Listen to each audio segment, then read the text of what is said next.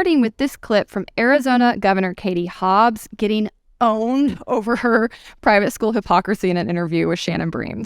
A reference there to the private Catholic high school that you went to. So why shouldn't all students have a chance at what you said was so important in your own life? Look, I grew up in a working class family. This was well before any of this public assistance for private school existed, and my parents made that choice. I begged them to send me to public school, and we sacrificed a lot. There were times in my family that we were on food stamps, and so it was a choice that they made, and they struggled to make that choice. What I want is for every student in the state of Arizona, no matter where they live, to have access to high quality public education. And with this universal voucher system, that's not happening. But if their system is failing, if their public school is failing, no to giving them a chance to go somewhere else like you did?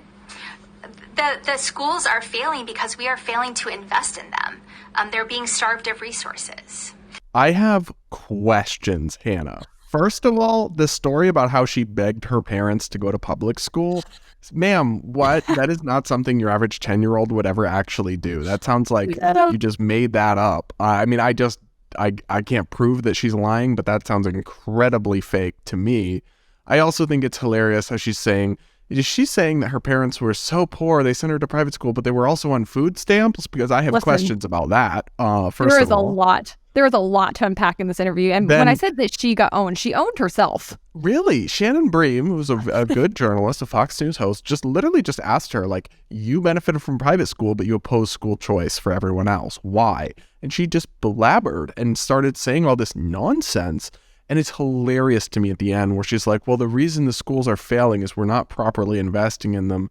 Ma'am, no. We spend so much on education. And when some public schools are great, but many are failing students, and it's usually not for lack of money.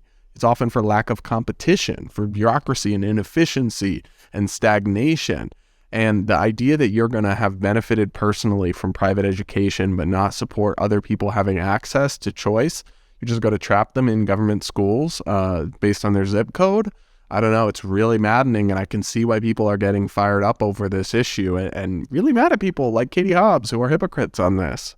Well, I think Corey DeAngelis, who's our friend and a brilliant school choice activist, has just totally stumbled on the right talking point on this subject, which is that virtually every person out here simping so hard for public schools in the Democratic Party has gone to private school or is currently sending their kids to private school. They are complete hypocrites. And it really does come down to the fact that they don't think every kid deserves an equal education. They care more about the special interests that are lining their pockets, the teachers' unions, the people who are working in the administration of public schools, than they actually do the quality education of every child. And you can tell that even when she answers that question Shannon poses, she doesn't deny that kids are trapped in failing indoctrination camps in this country. She tries to blame a lack of resources and claim that public school or private schools and charter schools are somehow siphoning off those resources, which is fundamentally untrue. That's not even how these policies actually work. They ultimately end up leaving more money per pupil in the public education system because when states pass school choice bills, they can't touch the federal dollars or those allocations. And so basically the ESA programs are a mixture of state and local funding that the family gets that leaves.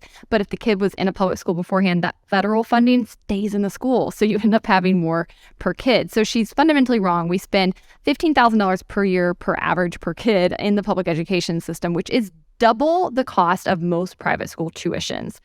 So all of that is just flatly on its face wrong. These people are not very good at even arguing their side of the debate. But when she is caught up being a hypocrite, her word salad is hysterical. She really does just span the gap from saying her parents were poor and worked really hard to send her to private school. She's still one of the people. She was on food stamps, but also she begged to go to public school. I laughed out loud when she said that. Nobody begs to go to public school when you're 10 years old. Like, Mom, send me to be with my comrades so I can be equal. Don't be so aristocratic. You didn't say that as a 10-year-old. Like, that sounds like one of those parents who go on Twitter and they're like, today my son asked me why we keep having gun violence today. He's 3 years old. Like, no, he didn't. He did not ask you that. Fake. Yeah. You always see those tweets where it's like, today I was driving down the street and my 5-year-old turned to me and said, why don't people respect trans lives as much as everyone else's lives? And it's like, you totally just invented that anecdote out of your butt. That did not occur.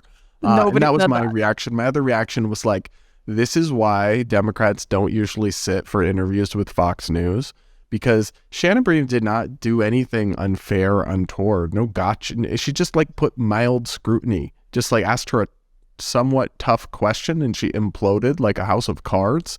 And they're used to not having anything like that. They're really used to being treated with absolute kid gloves by the media.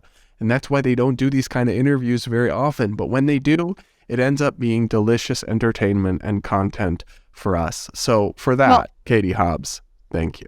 I do want to add one more thing here, and this irks me, and this is something she said where she kept emphasizing, my parents sacrificed to do this, my parents struggled to do this. And there is this mentality that I see, and on the right, I see it applied more to like immigration issues. On the left, I see it applied to school choice, where it's like, well, I had to work hard, I had to suffer, so other people should too. Why? Why do you want people to have to suffer? If you're admitting your parents struggled to do that and that you allegedly were on food stamps, which I don't believe you were, but whatever, that they had to go on food stamps just to try to get you an education, that is true for some families where they literally scrimp and save and do anything they can to get their kids out of these failing schools, particularly in the Black community in places like Memphis, where I've worked on school choice issues. And these families are desperate.